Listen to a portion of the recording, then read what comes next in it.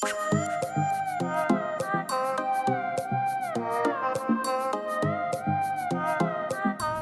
guys, welcome back to my channel. For today's video, we're going to be talking about weeks 3 and 4 of my mommy makeover.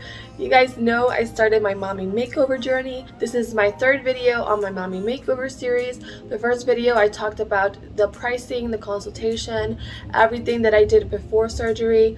On the second video, I talked about the day before surgery, the day of surgery, and the first 9 days after surgery.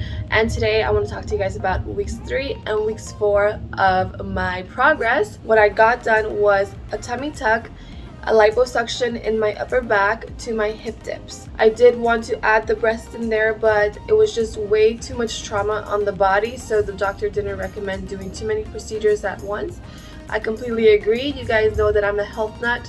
I'm a personal trainer and health is always #1 priority in my book. I'm going to show you guys my scar finally, and we're also going to get into some juicy before and afters because I love to show specifically what I look like before and what I'm looking like now, because one of the things that I didn't like about watching other people's, tummy tuck or mommy makeover or whatever, is that I didn't get to see them before, so I didn't have like a full idea or comparison, and I felt like I was still missing something, and I just don't want to do that to you guys. So for those of you that are new here, my name is Queen V, that's VII. Press the red subscribe button and become a honeybee today for free.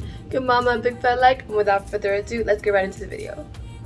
So obviously autumn is practically here, and you guys see that I have my autumn vibes on. I just could not wait. Autumn is my favorite season. It's the perfect temperature, especially here in Florida, and the colors are addicting. The pumpkin, just the smells and everything. I love autumn so much. So in my 3-week follow-up appointment, the lady that was checking my body was not the doctor. It was somebody else that was qualified to just make sure things were running smoothly. So the first thing she did was check my stomach for seromas. She was just kind of pressing on my belly. Seromas are just little pockets of fluid. Sometimes that happens to people, and what they have to do is they have to put a needle through that and empty out that fluid from your body. Thank you, Jesus. I don't have any seromas. Everything is running smoothly.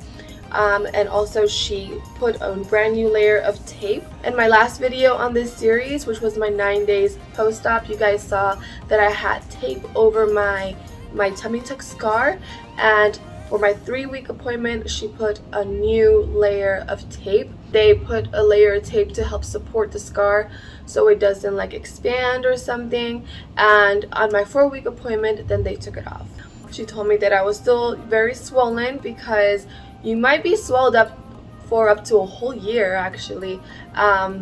So I don't know like when I'm gonna be done de-swelling. When they took the tape off, I was so excited because I love how my scar looks. I feel like it looks really thin, it looks really good, and I'm about to show you guys what that looks like.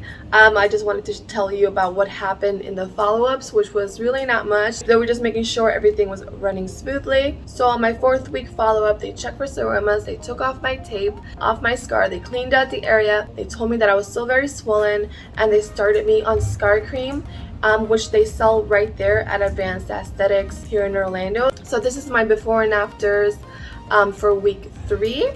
I'm wearing the exact same thing that I was wearing in my before, so you guys can get a better idea on the ratios and things, because it is a video, it's not like me in person. So, and you can already tell that my tank top is a little bit loose, a little bit long. So by my next after, which is the 4-week mark, I definitely changed my top so you guys can see a little bit more. You can see in my 3 weeks that my belly button still has a little bit of a scar around it because they reposition your belly button when you have a tummy tuck.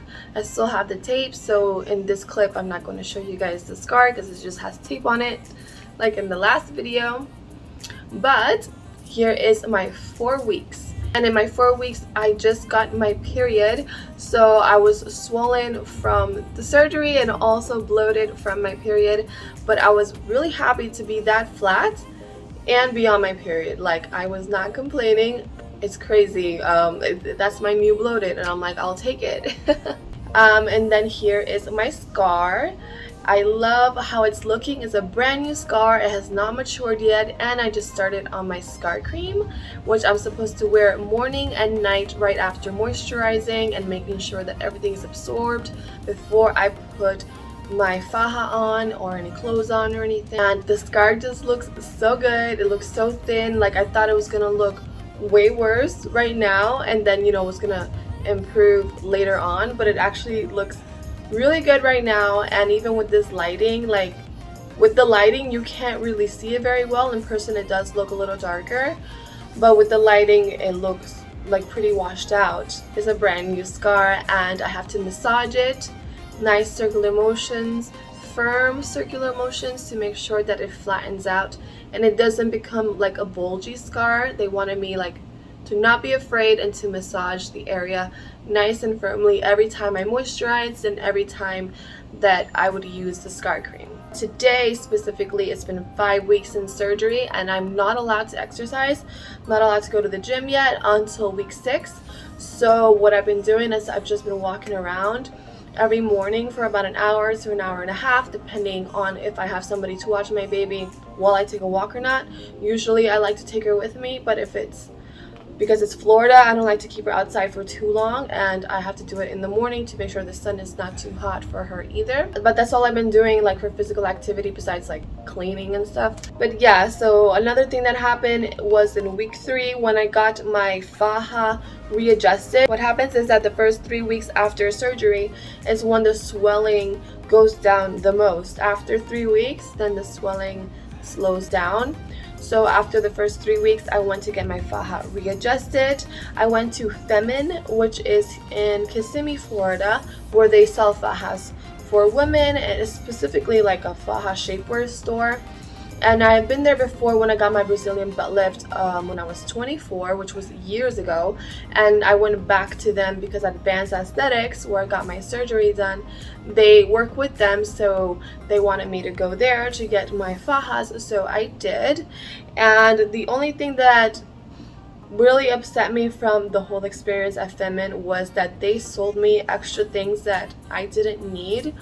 And I've never had a tummy tuck before, so I wasn't sure like why they were selling me so much, but I thought that, you know, since they work with Advanced Aesthetics, that they knew what they were talking about. And I wish I would have known that a couple of those things was an option. It wasn't something that I needed. So they sold me 2 fajas and a board because they said that the board would help me like keep my stomach flat, like the shape. And that would make sense to me if I was overweight, but because I'm not overweight or obese, then my stomach has nowhere to go but to be flat. Because even in the consultation with the doctor, she was touching my stomach. She's like, you don't have enough fat here for me to transfer to your hip dips. That's why we ended up doing my upper back. So I didn't need the board, and when I went for my follow-ups with my doctor, she never even mentioned any board. She wasn't like, so do you have your board? No. She asked me if I had my BBL pillow because of my fat transfer to my hip dips. I still needed the BBL pillow. She asked me if I had my faja. Yes, I do. Or yes, I did. And I had those things, but I didn't need to use the board, or I didn't need a second faja either. Now each faja was $200. When I went to buy it from them years ago when I got my BBL, it was $90. So it was really shocking to me to see that there were $200 this time instead of $90 each. But then they said, well, it includes adjustments for a whole year. So I'm like, well, okay, so adjustments for a whole year. The seamstress, she adjusted to your body as you keep going and deswelling. But after my experience with a tummy tuck, I realized that I didn't need any more than 1 faja. I did not need to spend $400 on fajas, and I did not need the board either. That's optional. Like, that's not something that I needed. Now the problem is that even though I never used the board, even though I never used the second faja, even though I had the receipts and I had it in the bag right where they put it, I just hadn't been able to go there yet, they still wouldn't refund my money. And that was a little upsetting for me because that's like $300 worth of product, and $300 is a lot of money, but they're like, no, we just don't refund. We can exchange it for something else, but it's not like it's a Walmart.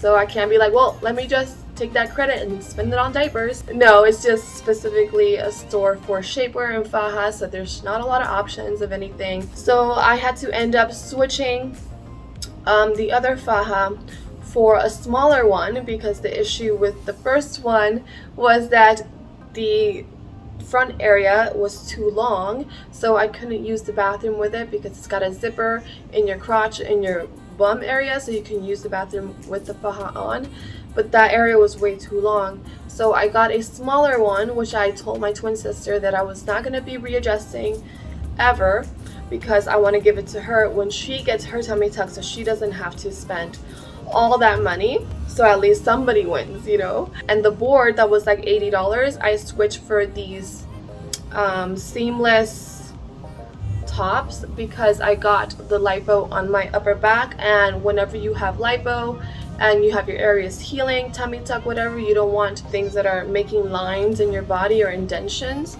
So then this is like a seamless bra, 2 seamless bras. The quality is pretty bad. Like every time I wear it, like this just rolls up like this up here, but this stays straight, so that's what's important. And I kind of didn't really have a choice. I didn't really, you know, I didn't need anything else from there because it's just a faja store. So I just settled for these 2 seamless bras for my healing process, and at least it's something that I can use, unlike that board. And I wanted to discuss this with you guys because I wanted to let you guys know, because I wish that I would have known that I could have just used one faja and that's it. That would have saved me $300. And if you need more fajas, then you know you can get some more later on, not get a bunch of stuff in the beginning and then end up with too much that you can't return. I have the faja, and I also have the waist trimmer that they gave me after my surgery. So it's this white band that I showed you guys in my last video. And whenever I wash the faja and I hang it to dry, because you can't dry in the dryer or put it in the washing machine, I wear the waist trimmer that they gave me after surgery while that dries, so I still have some compression in my midsection while I wait for my faja to dry. So I definitely did not need to spend those extra $300. Just one faja would have been enough for me, and I would recommend that if you're gonna get your surgery, you know, just get one, and then if you need more, just get some more later. But yeah, so that was my experience with Femin in Kissimmee, Florida. They do not refund anything, and they kind of, you know, see you coming a mile away because they know that you're having surgery with one of the best doctors at a very expensive location. So they're like, oh, you need this, you need this, you need this, it'll be $500. I'm like, I had no idea that they were going to charge me that much. I was pretty shocked, but I was, you know, thank God I did have the money. But yeah, it's just a little side note so you guys know. But yeah, guys, I think that's all the information that I have for you on weeks 3 and weeks 4 of my tummy tuck, lipo, and fat transfer. I feel that the fat transfer is doing very well. Everything's kind of like shaping up properly, because it looked kind of awkward at first, looked kind of scary, a little exaggerated, but the doctor had explained to me before, like, it's gonna look a little awkward at first, but you know, then everything's gonna heal, it's gonna de-swell, your body's gonna reject some fat and accept some other fat, and then the blood flow is gonna happen, and then everything's gonna shape up really nice, and everything is shaping up very nice. I'm very happy with how everything is looking like. My waist is still swollen, and I feel like it already looks so small, so I'm so happy.